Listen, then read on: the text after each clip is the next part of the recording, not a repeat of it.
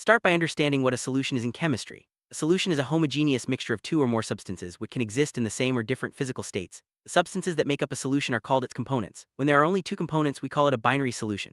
In such mixtures, the component present in a larger amount is known as the solvent, while the one in a smaller amount is called the solute. Solutions can be classified based on the physical state of their components, such as solid, liquid, or gas.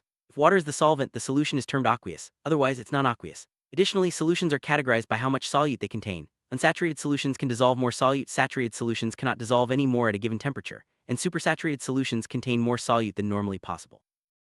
Now let's dive into solubility and Henry's law. Solubility refers to the maximum amount of solute that can dissolve in a given amount of solvent at a specific temperature. Several factors affect solubility, including the nature of the solute and solvent, temperature, and for gases, pressure. Henry's law states that the partial pressure of a gas above a solution is proportional to its mole fraction in the solution.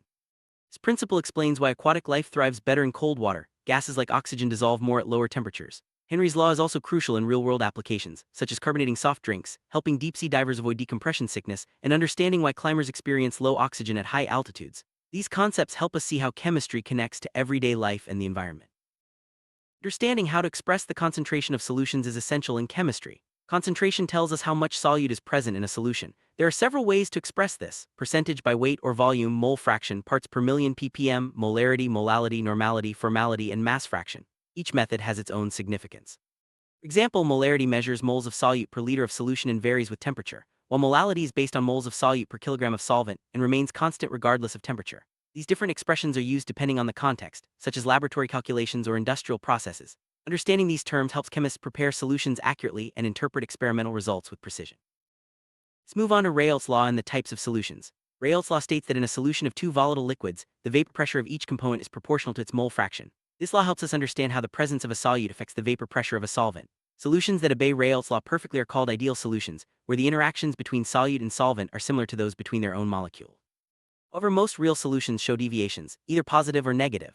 Positive deviation occurs when the interactions between different components are weaker, leading to higher vapor pressures, while negative deviation happens when interactions are stronger, resulting in lower vapor pressures. These deviations can lead to the formation of azeotropes, which are mixtures that boil at a constant temperature and cannot be separated by simple distillation. Colligative properties are unique because they depend only on the number of solute particles in a solution, not their nature.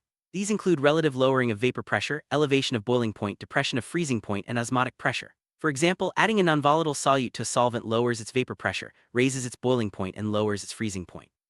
These effects are used in everyday life, such as adding salt to roads to melt ice or using antifreeze in car radiators.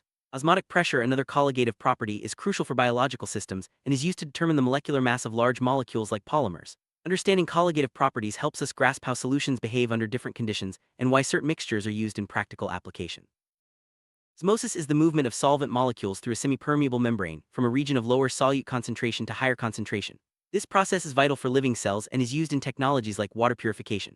The pressure required to stop this flow is called osmotic pressure. Solutions can be hypertonic, hypotonic, or isotonic, depending on their osmotic pressure relative to another solution. Sometimes, the observed molecular mass of solutes deviates from expected values due to association or dissociation of molecules. To correct for this, we use the Van't Hoff factor, which accounts for the actual number of particles in solution.